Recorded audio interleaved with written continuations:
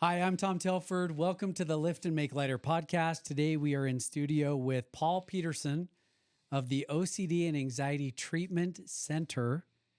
And headquartered where, Paul? Where you at? So we actually changed our name to OCD Anxiety Centers. Okay. And we are located we actually have 7 locations today and a few more coming, but we've got in Utah, we're in Bountiful, South Jordan, Orem.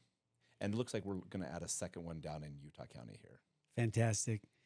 Which is awesome because as I do what I do across the state, meeting with business owners in the mental health space, it seems like Utah County is an incredible space, area for, I don't know if this is the right word, but I want to ask you about this. Is there spots in Utah where stigma is less in terms of mental health care? No, I don't see it. I don't see it. I think that we are so far behind the times. It's getting better, but it's not great. Yeah. It's not great. Well, start there because you've been at this a long time.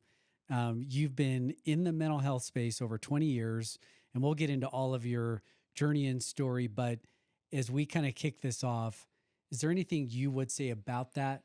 What you've learned over the number of years being involved in this, thousands and thousands of, sitting with clients in face to face, but also on the business owner side. Where's the state of Utah's mental health today? I think that society does a doozy on how we believe about it. Yeah, they don't have it right. I the other day I was looking at a social media post.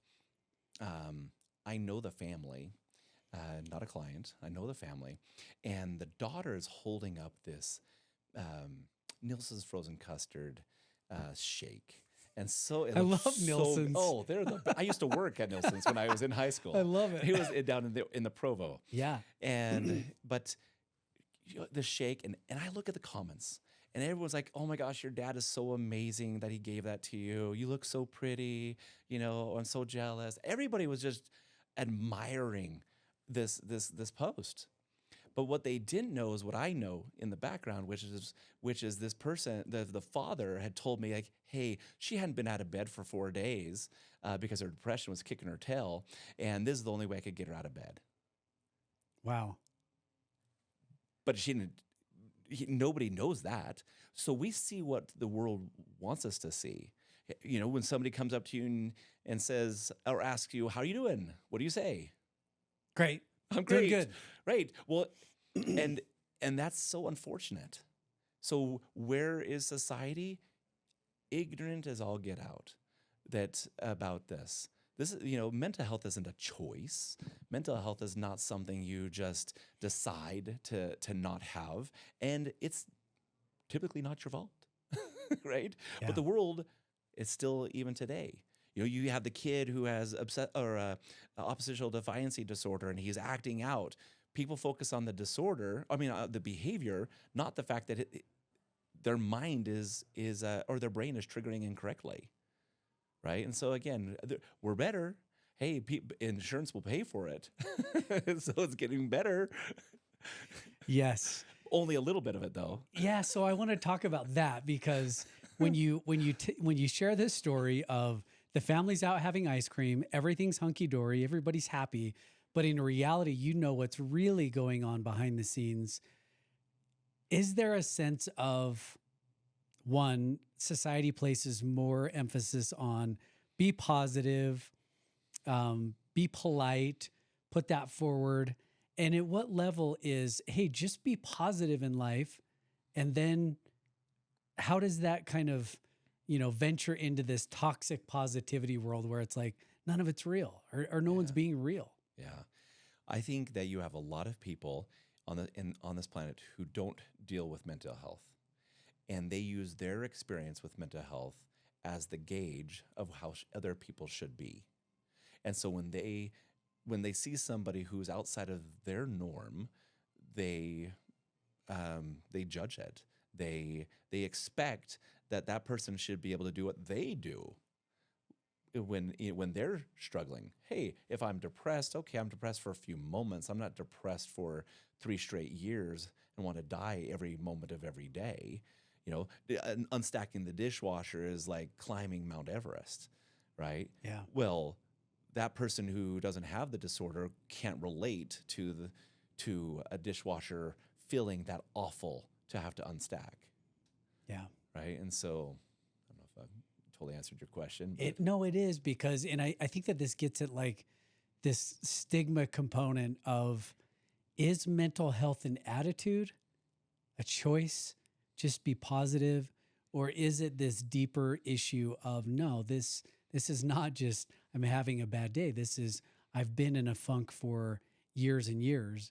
And so I want you to maybe define that a little bit more from a mental health professional perspective, because I'm married to a mental health professional. Right. She helped me understand this, early on in her career, that the standard tends to be, if it is impacting your ability to function like a normal adult, maybe this isn't just an attitude issue. Right. So speak more to that if you would.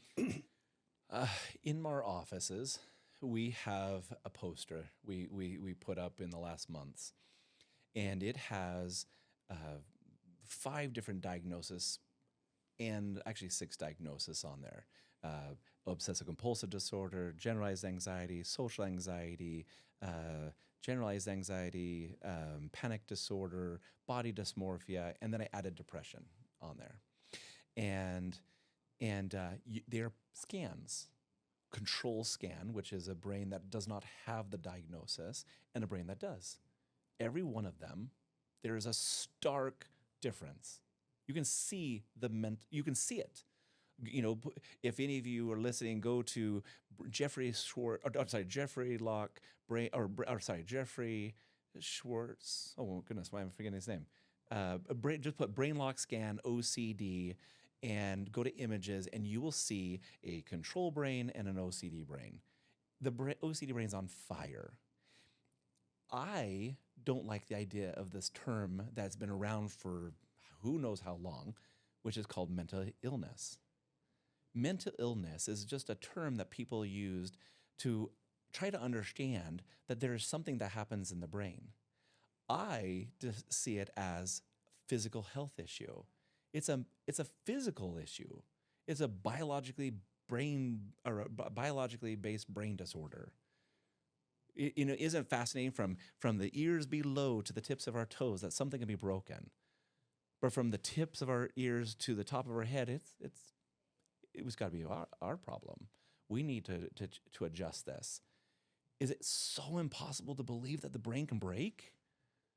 It breaks. When something is happening to you and it's 2 weeks and I'm still feeling it, 2 months, I'm still feeling it, 6 months, I'm still feeling it. Well, guess what? The person who doesn't have a diagnosis, that's not what's happening to them. The brain breaks. And so, that's, talk about the stigma. The stigma is that your brain, you think with it, so you've got to be the one who's in control of it. Well, society makes it hard for us to let them know that we're not okay with ourselves, right? Because if we admit that we're not okay with ourselves, then we must be failing. Yeah. We're not trying hard enough. We're not allowing the atonement of Christ in our life. We're not forgiving. We're not seeing what we should be seeing. We probably should need to go exercise some more. That's what society says. Instead of like, whoa, instead of dealing with or focusing on the behavior they're seeing, like, oh, the person's been in their bed for 4 straight days, they look at the fact that they're dying inside, because with depression, there's such a slowing of chemicals happening. You see it. There's nothing happening in the brain when depression's there. That's not a choice. That's not because they had a bad relationship with their family member.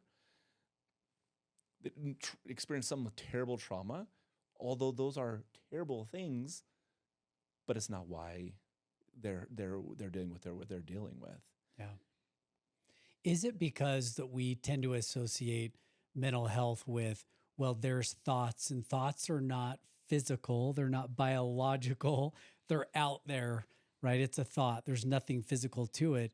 And so we tend to think that mental illness or mental health is thought driven versus, to your point, your brain can break. Mm-hmm. So when you say Yeah. a brain can break, what is breaking? Right. Okay. So I'll give you an example. So if your pancreas goes out, what happens? Not good. Not good. Your body's not synthesizing the sugars, right? Okay.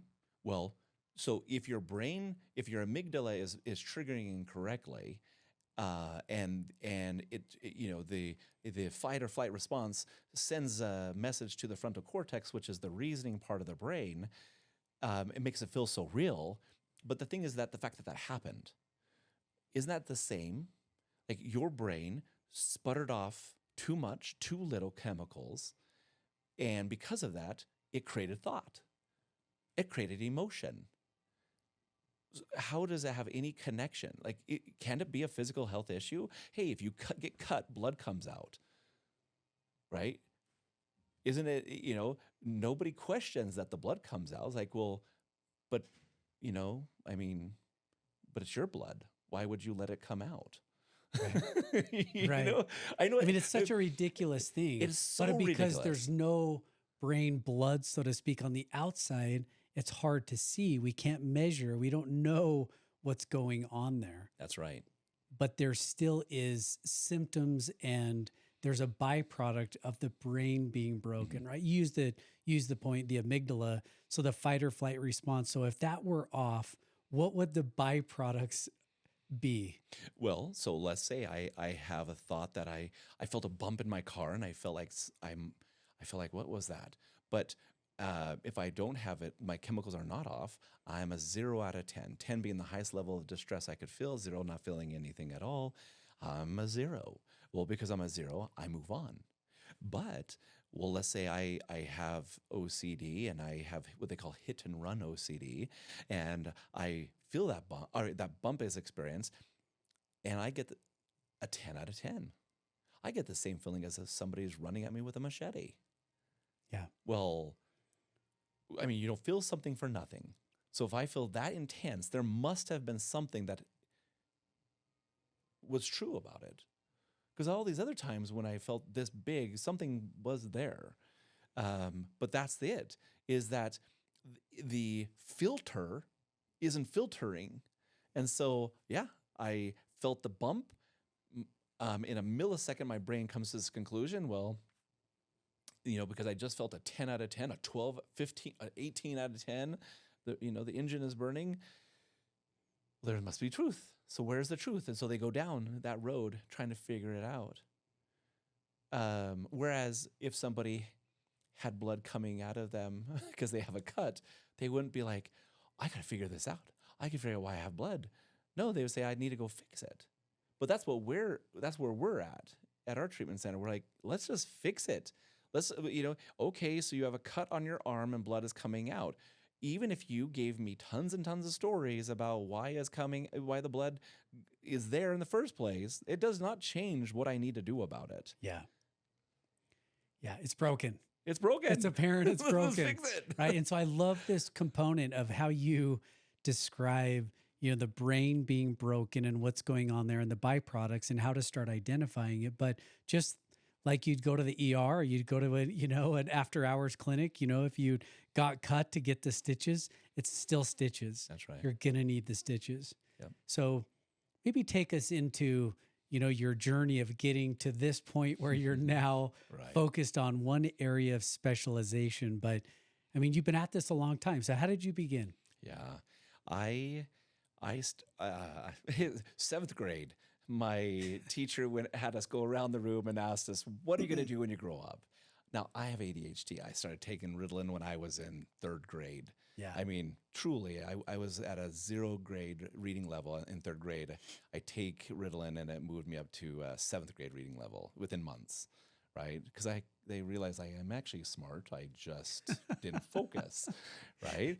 We have something in common there. Right? So, And yeah. so, but so here, I'm in this class. I probably gave this teacher, my 7th grade teacher, a run for her money. Yep. They earned their And money. That's for sure. She did. And I might not have taken my pill that day.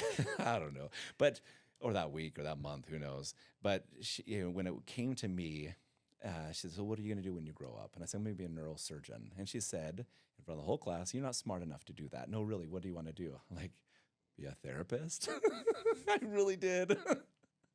Who even knows that term? I know. I'm impressed, Paul. I always, as a kid, always loved being with the adults, talking with them. You know, all the kids were outside. I just loved the human the human contact and the conversation and so you know I did so I just went down that road and I married this lady in 2001, amazing person, and within the first month of marriage we were having some problems because she wouldn't let me off the dang phone. You know, I literally was running late with clients, or I even missed some therapy sessions because trying to get off the phone. And I find out that after about a month of marriage that my wife has OCD, right? She had what they call superstitious OCD. She worried that if she didn't end up the call the correct way, this would be the last time she ever gets to talk to me, right? And I don't know, I'm just trying to hang up the phone, right? But because I'm a zero, but for her, she gets to be much higher than that, and which makes it mean something. And so she's trying to create resolution, trying to create certainty that that wouldn't happen. She doesn't want to be the person responsible for that. So then I mean, and up to that point, I mean, I did my first therapy session in 2000, and I was married in 2001. And then my son was born, and in 2004, and by 2000, by the time he was 18 months old, his OCD exploded, and that's where I was like, I need to specialize in this thing. And I read books and I went to different seminars, and then in 2008, there was a little advertisement on a website for a conference for the International OCD Foundation, the IOCDF. 3 weeks later, I was at their conference, and I came back a different person. I realized all the therapy sessions I was doing with my clients was not what they needed. I came back from this conference realizing that mental health is not mental health as I believed it is physical health, right? And that changed everything. I mean, I was the guy who was like 2 positives for negative. Hey, let's go on a run. You need to get out of your house. Let's be social. Let's relax out on the lawn and in the sun, and let's get a rubber band and flip the wrist. That way you can neutralize the feelings that you're or the thoughts that you were just having. I was that therapist. Let's explore your past. We got to write in your journal and really figure out why this is happening to you. And I came back and realized none of that matters. None of it matters. And what matters is that if you know the diagnosis, if it's for me, OCD or anxiety, that diagnosis is what matters. Because with that diagnosis, regardless of what person's thinking, I know what to do. And that's what I learned is that it doesn't matter what your anxiety is about. It doesn't matter what your OCD is about. The problem is, and I tell this to clients, I said, did you know that what you worry about is not your problem? And they'll be like, what are you talking about? No, their problem is their brain lies to their body and says that something is happening that is not actually happening. That's the problem.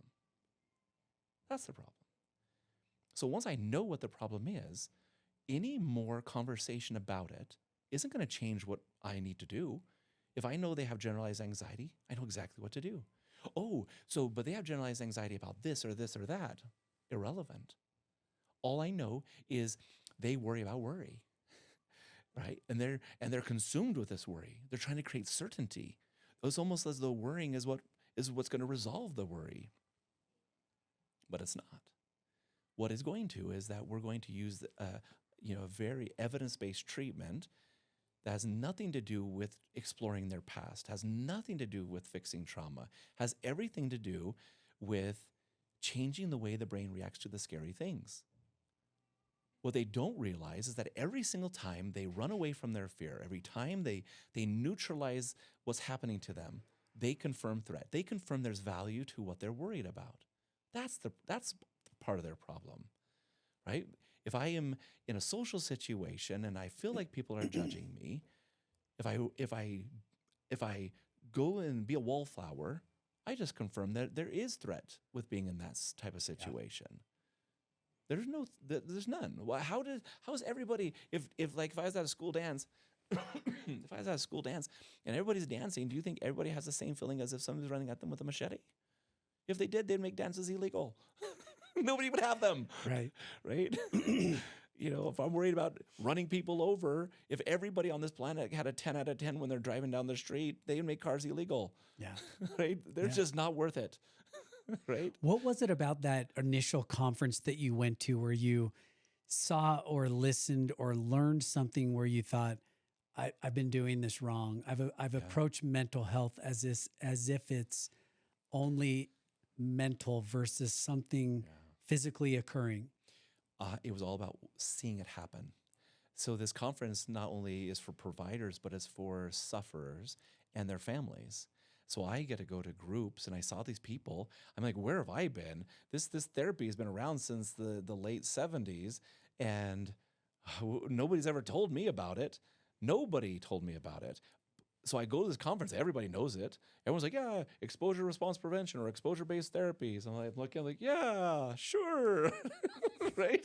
Yeah, I should know this. I should know evidence-based. I have no idea what this is. Yeah.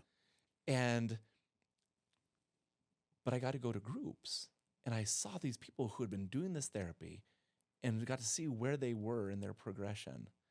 I got to talk to some of the greatest minds in OCD and anxiety, and just to hear their story, to hear something that was so different than anything I've ever done, and then to see that it's all been proven by science to be the most effective treatment, and then to realize that 99.9% of the therapists in the world, at least at that time, it might be a little bit less, but not a whole lot less, that don't use it, or they don't use it correctly.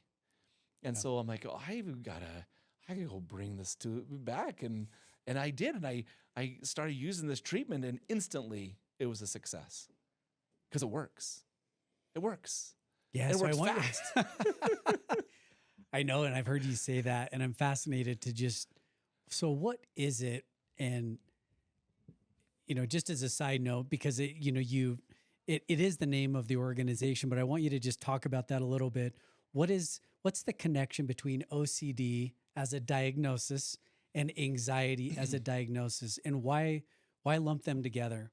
Right. Is that areas of practice specialty, or is it literally because they are connected from a diagnosis perspective? Right. Well, the DSM came out and identified OCD as not an anxiety disorder. Right. So it's no longer classified as anxiety. And what's the DSM, just for our listeners? The Diagnostic Statistical Manual. It's what we use to determine diagnosis. So if you go in there, even if you Google it, you can tell me the DSM code for or symptoms for bipolar. Yeah. Borderline personality. It will tell you they have to meet this criteria, this criteria, this criteria, this criteria, and then you meet enough of those criteria, and there's a minimum that they have to do, and for a minimum amount of time, and it gives you it defines the diagnosis. Yeah. So the DSM is the Playbook of Mental Health Diagnosis. I like that. Yes. Yeah, just to give our listeners an idea and some context of what it is. So. Yeah. So what, again, the OCD and anxiety connection there? Right. So it's a similar therapy, right? Exposure therapy is what we do. And so there's a little bit more modifications with some of the other diagnoses from OCD, but in general, it's very similar. And so we're like, well, we might as well do it. We even were doing PTSD, doing prolonged exposure therapy, which we were getting killer results with it. But it's with where we're going with the company, we needed to back off that for a minute until we're ready to put the resources that takes, because it's a little bit more resource intensive than what our streamlined process is. But exposure therapy is the place to go with it. Talk about, we talked about evidence-based in the beginning. You mentioned a little bit that term evidence-based. What was it about, you coming back with more evidence-based approach to, this type of therapy, exposure therapy. What's the difference, from what you were doing and the evidence of that versus the evidence of, this now that you kind of came back with and were like, wow, this is the evidence shows X. Right. So a common therapy in the therapy world is cognitive behavioral therapy, right? But did you know that if I lined up 1,000 therapists and I had them walk me through a treatment modality, one side to the other, for the same exact client, I'd get 1,000 different examples, 1,000 different experiences. Cognitive behavioral therapy, there's so many ways to try to do it, right? And there's a lot of it can be made up, found on Google, ChatGPT, from a book, from then it's your take on it.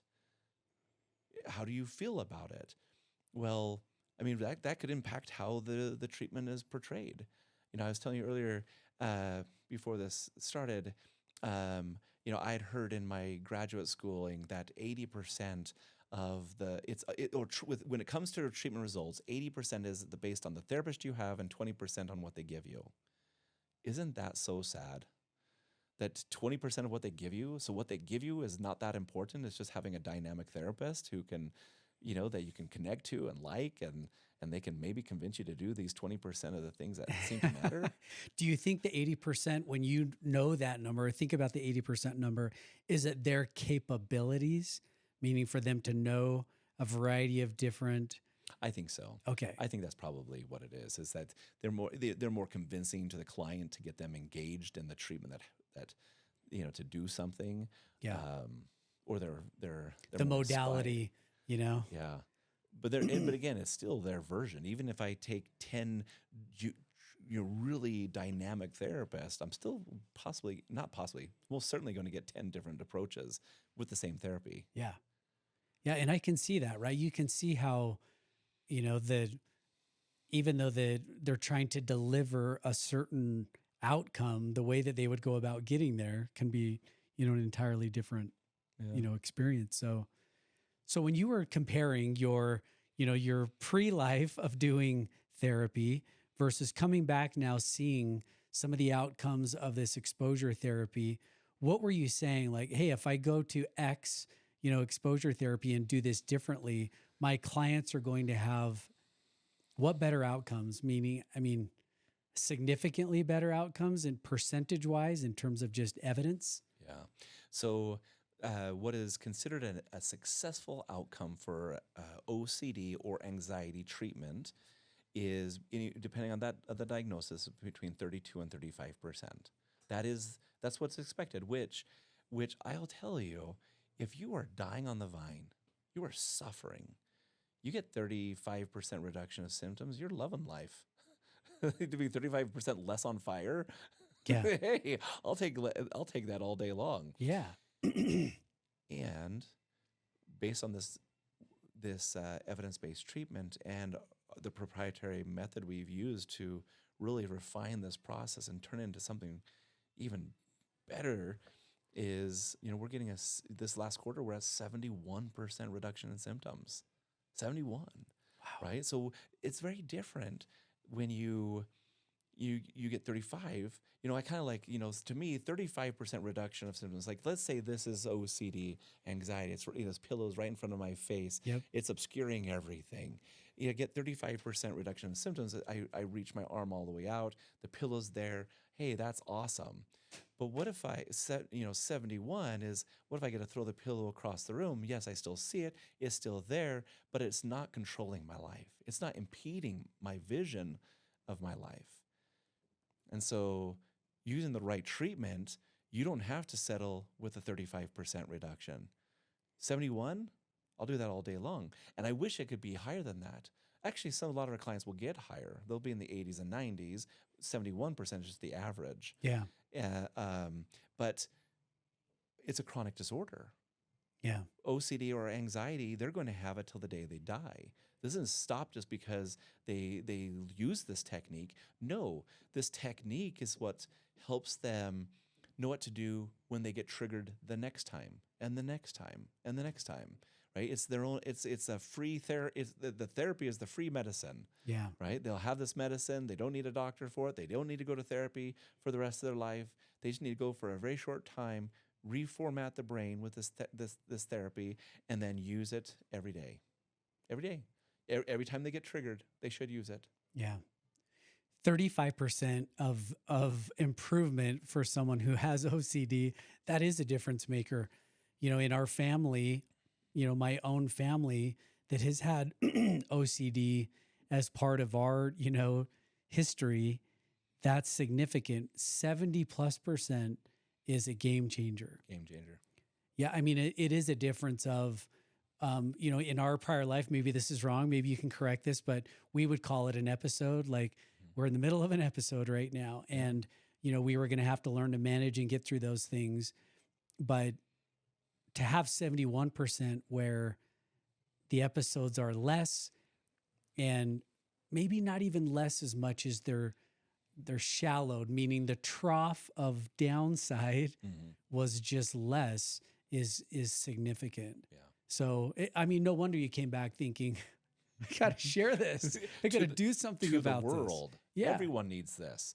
And I want to scream it from the housetop that there is the evidence-based treatment that works. And now a lot of people will say they do it. Their understanding of it, but you need to go to somebody who's getting high results and can prove it. What data are they using? Do they give testing? For us, we give testing every single week. We track their progression, right? And so we know, hey, if you're not progressing, typically it's because you're not actually doing the work. So let's see what's getting in your way to do the work. But once you do that, it does not take years to get better. Yeah. It really, for us, our clients get through treatment within 3 months, 2.5 to 3 months, getting a 71% average on average reduction of symptoms. Yeah. 3 months. Like the World Health Organization defines OCD as in the top 5 most debilitating disorders on this planet.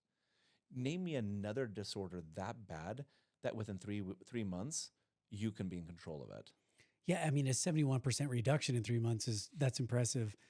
For something like that, take us through that if you don't mind, and share what does that 3 months look like? Yeah. How often are they in? What's the time commitment? Just take us through the process. So I started doing individual therapy sessions when I came back in 2008 from this conference, and I had great results, but I still had a lot of clients where I couldn't get them to do the therapy. And I remember this girl, she's coming in and she's like, I don't think this therapy is working. And I'm like, I think you're not working. She wanted a different approach. I'm like, well, why don't we do the approach we've got first and then make a decision, but not the other way around. People come for 3 months to, we call it an intensive outpatient program, an IOP. 3 hours a day, 5 days a week.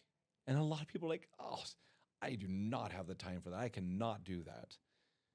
But isn't it interesting that if you had cancer, you had liver damage, if you needed to do that type of treatment, you wouldn't even blink an eye. You talk about, we talk about this, how society has ruined it for everybody. That's how they ruined it. It's okay for you to move heaven and earth for a physical health issue. My neighbor just passed away this last week. He had a stroke. He's my age. It's so, this brings a lot out to my own self. Like, oh my goodness. He had a stroke, right? He was in the hospital for 2 weeks straight. And they probably spent tens of thousands, if not hundreds of thousands of dollars on him being in the ICU, right? Nobody would bat an eye doing it. 2 weeks he's there, he didn't live. But it was worth it. It's worth trying. Yeah. For mental health, physical health issues, they'll do it. We don't do it. We won't give the time. When somebody has a baseline of distress, which if you have OCD or anxiety and you want to know whether it's a problem, well, you have a baseline. 0 to 10, you're always on that, and then it can shoot up based on when you get triggered, but you're at least on there all the time. Are you a 2, a 3, a 4, a 5, a 7 all the time? You've got a problem, because most people on this planet aren't experiencing that. And so they come to the treatment, and we do these exposures with them. And we do it with them because they will not do them on their own, right? They spend their whole day trying not to feel this feeling. And now they've got to make it happen for hours every day. They just won't do it. And the reality is most people don't do anything different than what they're used to doing. I mean, they just don't. They have good intentions. For sure. Right? But they just don't do it. So we handhold them. We walk through with them. We create accountability. And we help them see that they're in the right place. It doesn't matter if they have to get out of work for a bit or they have to miss some school. So what? They're existing through life. They're not living. Can you imagine any other physical health issue that makes you exist through life that you would tolerate for year after year and do nothing about it? Yeah, no. And for our listeners who may be listening in, especially OCD and debilitating anxiety, these are things that it's hard for me to fathom when I've seen really intense cases up the scale, not ones or twos, but 5, 6, 7, 8, 9. I mean, people who can't leave their home, adults, but can't even fathom ever getting behind the wheel of a vehicle. Right. I mean, that's not a life, and they're struggling. So for them, likely, I would imagine when they hear 70+% reduction, I'm sure they're jumping at the thought, even though it's still a commitment. I'm sure there's, whoa, 3 months. 3 months. And what I say to them is, you know what will happen if you choose not to do treatment? And what will happen in 3 months? You'll still be suffering. And 3 months after that, and 3 after that. Yeah. People think that at some point this has got to stop. It doesn't. It's like a type 1 diabetic. Like at some point this has got to stop. Yeah. Nope. Unfortunately, it's not going to stop. It may get a little bit better or worse over time, but to not have it is just not part of what's going to happen. As a clinician, as a professional, when you say it's not going to stop, take me back to where we talked about the brain is broken. Mm-hmm. So when you say it's not going to stop, in your mind, the brain is going to stay broken. It's not getting the splint. It's not being casted. What is broken specifically when it comes to OCD and anxiety? Right. So in my how I see it is the person has the thought that everybody has. Maybe I'm cleaning the diaper of my child, and I have the thought, could I be a pedophile? Okay. Why did that thought come in? Social media, television, movies. I mean, it's just everywhere, right? And Pedophiles. It's the worst thing that I could possibly do. I would and never it goes want to there. do that to my child, but I have that thought. Could I be a pedophile? Now, when that thought comes in, I'm a 0. And when I'm a 0, I move on. I don't even entertain that thought because I'm like, that's stupid. That's silly. Yeah. That's silly. I don't even say that's silly because that gives it more energy to it than actually I give it. I just move on. Sure. But the brain, the amygdala, gets this message, it assesses it, and in a millisecond, it says, and this is a big deal. This is a really big deal. This is actually bigger than anything that you could be experiencing in your life right now. And so you need to figure it out because this goes contrary to your belief system. If you indeed are a pedophile, you probably don't want to even exist. You want to live. You want to, meet your maker, right? And so I better confirm that maybe I didn't do it. Maybe I wouldn't want to do it. Maybe, and I go through this whole rigmarole to try to figure it out, but I only do that because it's about the feeling. And that's what I tell the clients is that has nothing to do with the thoughts. It's all about the feeling you get. The brain shoots out this message which triggers the fight or flight response. They're feeling it. They're vamped up. They feel numbness in their cheek, or they're hyperventilating, or their mind's going 100 miles an hour, and their heart is racing, and they're consumed with this emotion. I asked my clients, if that feeling wasn't there, but those thoughts were, would you need therapy? And they'd say no. 100% of people. Yeah. Ask anybody who has OCD or anxiety, if the feeling wasn't there, just the thoughts, would you even need therapy? And they will say no. Yeah. And so this is the crux, right, of mental health. And we talked about the stigma, but just to say it out loud, and I want you to talk maybe through this so people kind of understand it clinically. You can have a physical response to a thought. That's correct. Which Yes. I think at times we just Yeah. think that, like, our thoughts just stop their air, they go in and out. But Yeah. this is the crux of OCD, of anxiety, of some of these mental conditions, that we can have a thought and it will generate a physical response. And there's really only just a few diagnoses in mental health that people can accept it all day long. Somebody has schizophrenia, they see something, they hear things, they're talking to whatever. Nobody's like, oh, dude, he's totally faking it. Yeah. Like, oh, he was smiled right there. I knew he was faking. He's happy today. I knew he was faker. Yeah. Then no, they wouldn't do that because they like, oh, schizophrenia for some reason is in the general consensus is like it's a real thing, and it is not something they're making up, and they're crazy, Right. right? I actually hate that word as well. They're crazy. What does that mean that they're crazy? You mean their brain lies to their body and says that somebody's there that's not? So that makes them crazy. Well, shoot, your pancreas isn't shooting insulin the way it should. You are pancreas crazy, right? Yeah. No.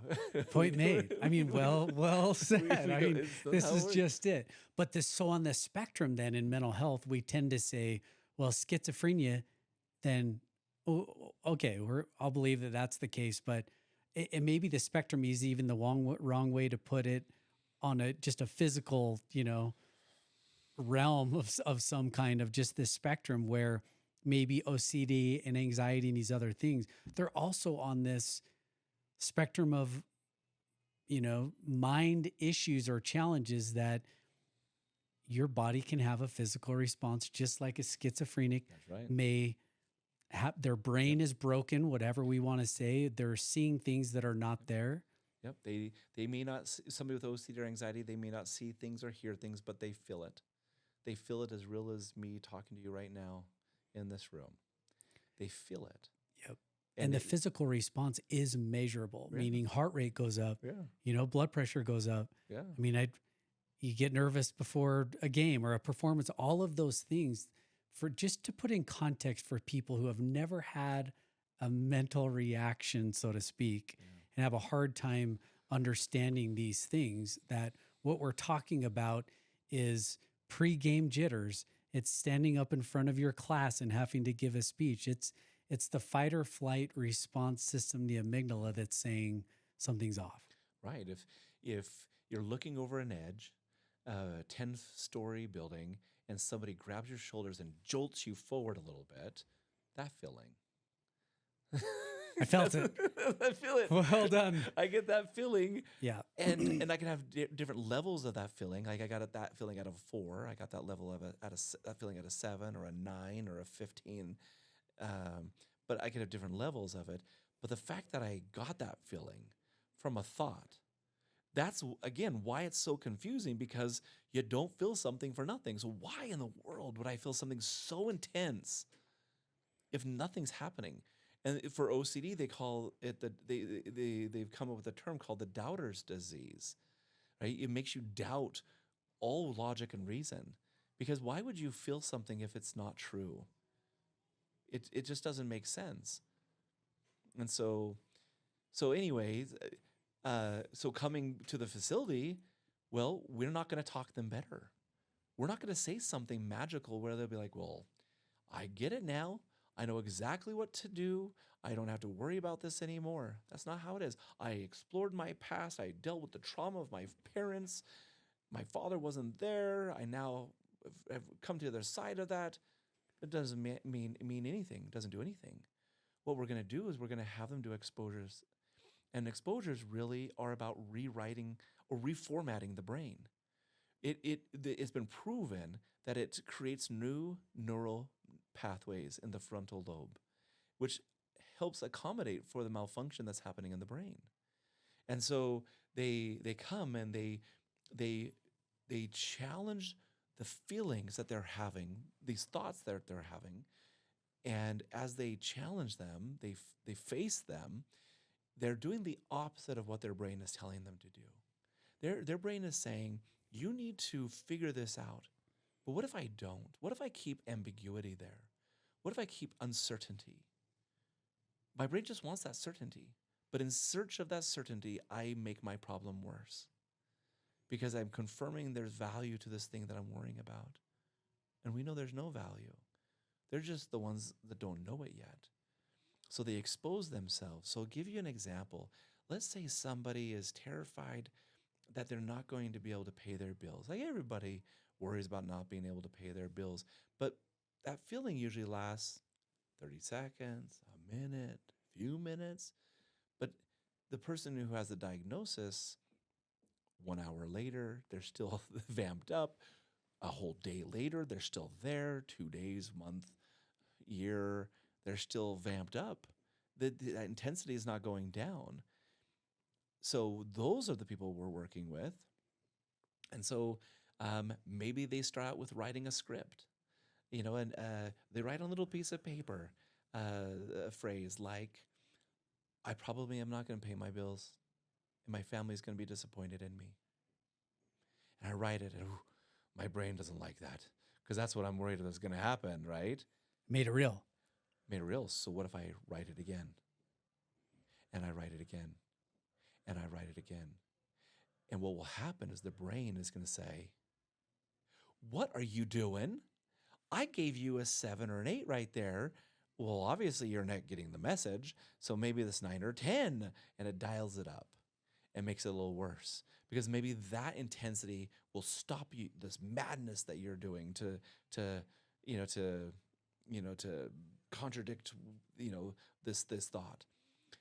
Well, what if they do nothing to neutralize that feeling? They do nothing to make that feeling better. They just sit with that feeling and they keep writing it over and over and over again. That distress level will start going down. Not because they obeyed the monster, but because they defied it. And then they do it again, and they do it again. And as it drops down, soon enough, I've seen it. I actually was doing exposures 2 days ago, and the person was, not 2 days, 3 days ago, and the person was yawning. At the end of the exposures, I'm like, why are you yawning? I'm bored. Perfect. Great. This thing that made you feel this awful feeling I just got you bored with it. Well, I'm bored now. Let's do it again. Yeah. Let's do it again.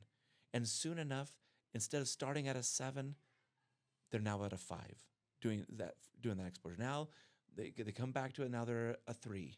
Now they're a 2. Now they can't trigger themselves with writing that statement. Let's make it bigger. Let's make it more. Let's march up that. And that they call that a hierarchy. But really, actually, research has come out and said use inhibitory learning. Inhibitory learning says use randomnesses. Randomnesses creates better learning. We learn the very best when we're surprised. And so we, instead of like, okay, I'm going to chunk this up like the ladder, like, okay, I'm going to slowly beat down until I get to the Mac Daddy. No, I'm going to, if I'm terrified of getting in elevators, I'm going to roll a dice and the dice says, the middle. The middle is like, hey, I'm in an elevator and I'm saying a prayer and asking that this elevator will crash. Right? That's not the worst. The worst is I'm in the elevator jumping up and down, trying to get it to crash as it's going up and down, right? Intentional. But in the end, you're intentional. But we do these exposures. We do them.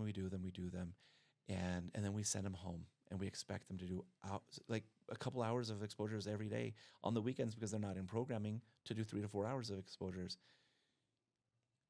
I was asked the other day, how long does this take? And I said, well, how many exposures do you need to do to reformat your brain to react differently? Right? If you do a lot of them, it's very fast. If you do slowly, like most therapists they'll have their clients do 1 or 2 exposures a day. That's like asking somebody to acclimate to a terrible, environment, spending a few minutes every day there. You're like, man, I don't know why I'm just not getting used to it. Well, because you're not spending enough time in it. Yeah. Yes, you got to put in the time. And it's not forever. You don't have to do hours and hours forever. It's just for a time until you have trained your brain to react differently. And then it's just about maintaining it. And that's also what, when they come into the treatment, we're trying to help them understand this is not for right now, this is forever. You know, my family, I've got a wife who has OCD, I've got a son who has OCD, a daughter who has OCD, I have another daughter who has OCD. It's very genetic. Yeah. And we do exposures. We did exposures last night. We were over at a basketball game. We're about 10 minutes away, and my daughter's totally triggered because her sister corrected her. She's doing essays to go to college right now, and she made some comment like, and her sister's like, oh, how, I can't even remember it exactly, but she corrected her, and you'd have to be an idiot to have asked that question. Pretty much is how it flowed. Totally triggered. My daughter gets super nasty. She just turned 14 the other day. So we got that teenager stupid happening, right? and I look at her. She does that because she knows what I'm going to ask her. Yeah. 0 to 10, where are you at? That's what I want to know. I don't care what she's worried about. I don't care what her sister just did to her. I just care that you're a 9? She got up to a 9 because her sister corrected her like, okay, 9 is unbelievable. That's a big emotion because her sister corrected her. And I look at her, not ready. Like, what do you mean you're not ready? It's time to do your exposure. And she looks at her sister, and her sister, because we're a family of exposures, her sister has OCD as well. And her older sister was saying to her, any stupid would have gotten that. Any stupid would have gotten that. Any stupid would have gotten that. And for about 10 minutes, she just sat in the car. Her other sister, they're on the same team, left the car to go into practice while this daughter sat in the car for an additional few minutes until she was done. And it's kind of a fun thing. Every time right now when she does these exposures, she will pop a 2 on her shoulder. 2. Like, sweet, pound it. And she walked out and did her basketball game. She did not get triggered again that day. That was at 7:00 at night. It didn't happen again. Now, it could have, but what's the beautiful thing is that we got to have her for the rest of the night. The beauty is that she could actually play her game. She would not have played her game in the past. It was just, how do you play a game when you're a 9? She would have like, I'm not playing. Yeah, she's hijacked. Right? I mean, she would have been hijacked, emotionally, and my wife would call it being flooded. It's just not going to happen. Yeah. When I hear that, maybe this is the tough to maybe think through or answer, but in a moment, I can see where a lot of parents would go, my job is to not have them sit in pain or to address. I mean, it sounds like, that's right. It's horrible, but it sounds a little abusive. Like your sister's going to call you stupid multiple times over and over, in order to address that. So speak to that just a little bit, that one, what actually happened in your, family situation, but 2, how many parents are in that situation now where they're hijacked, their amygdala is saying, no, you need to flight response them out of here. Do you know what I mean? Like, don't allow your kids to go into pain or into that exposure because it's going to be painful. So if you gave chemotherapy to your kid, are you being abusive? No, it's treatment. It's There's your answer. It's treatment.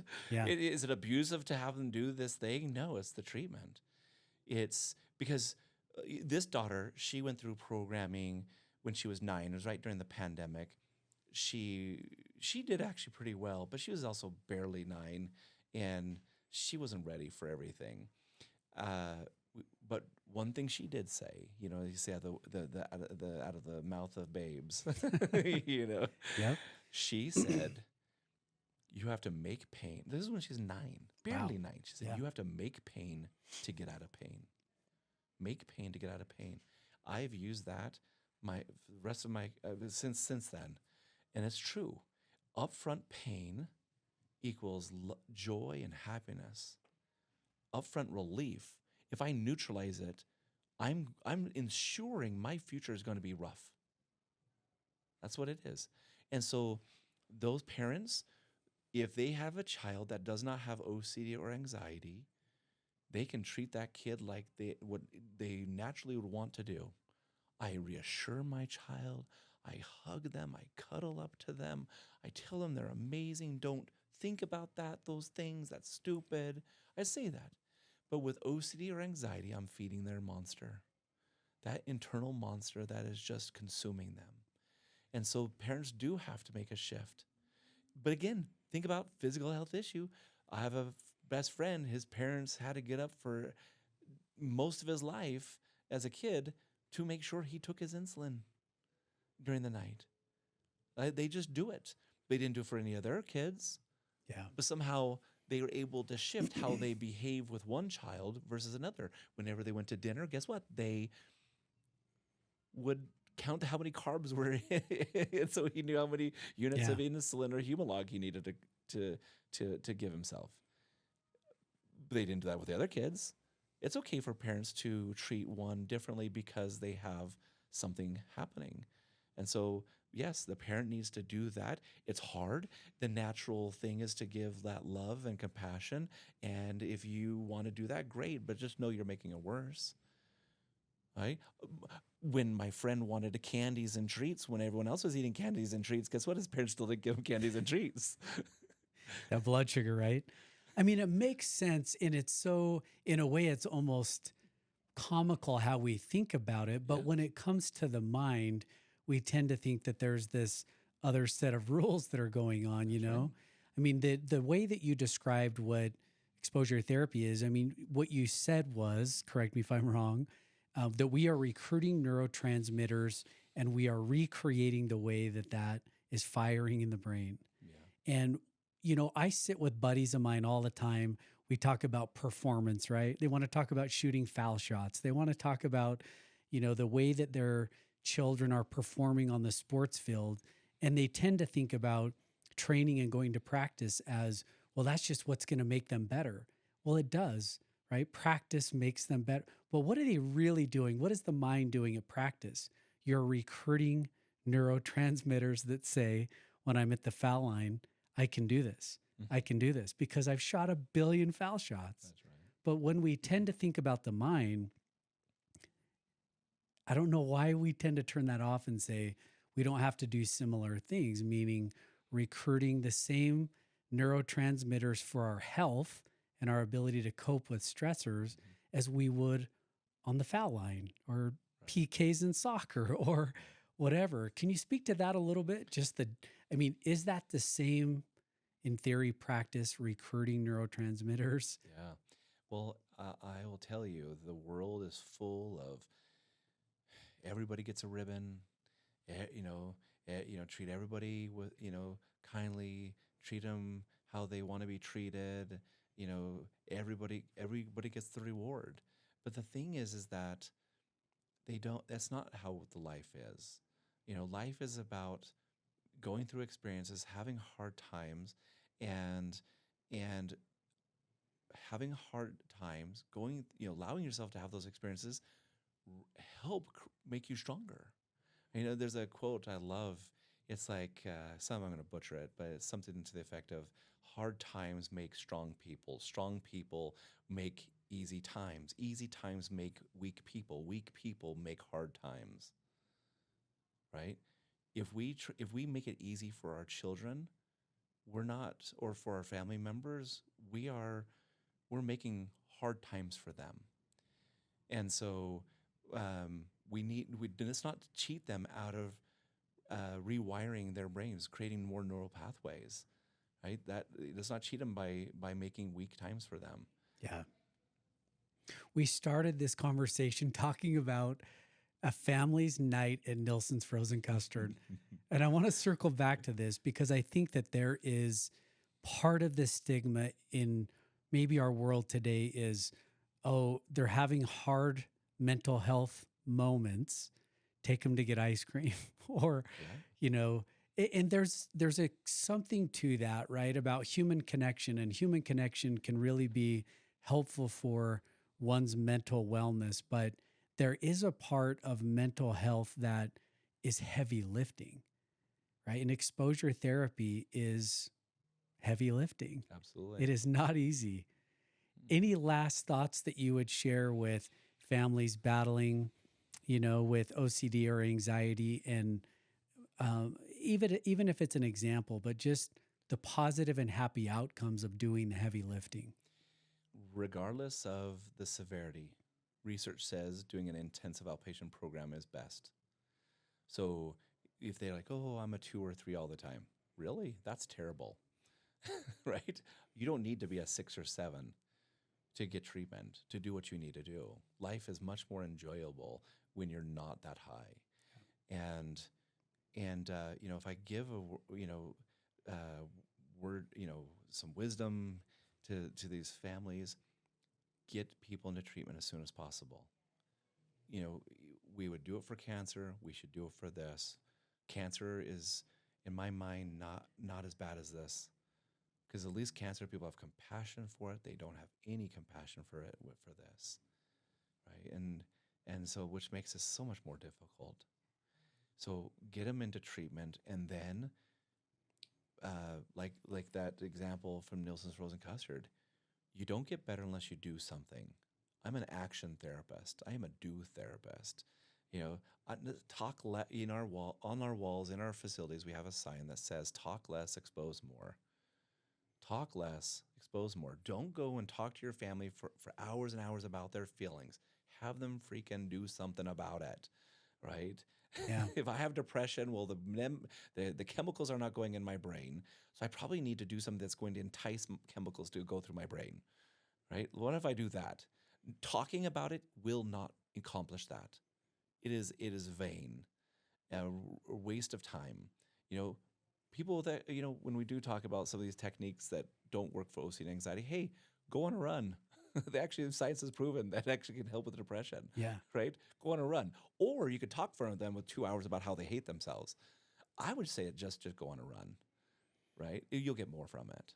Yeah, there's something there, right? The endorphins and serotonin are real. I mean, It's it is a real. chemical change Right. going on. So what they can do is they can get them doing it instead of talking about it. Take action and do the hard work. And hard work makes easy times. Yeah, exactly.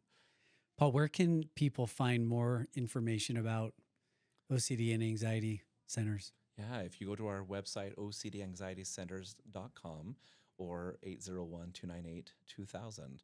And we've got an amazing admissions team. And if you're wondering whether you qualify, they'll walk you through and see, because we don't want somebody there that shouldn't be there, but we also want somebody that should be there.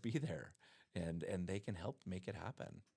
Absolutely. And we take into health insurance. That's one of the big difference about us compared to others, is most people doing what we're doing, they're cash basis.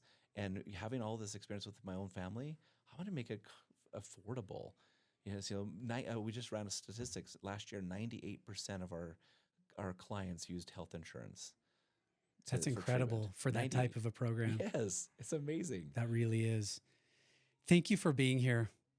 We're the Lift and Make Lighter podcast was really created for us to be able to share as much information just like this, the knowledge and the tools and the resources, for the public.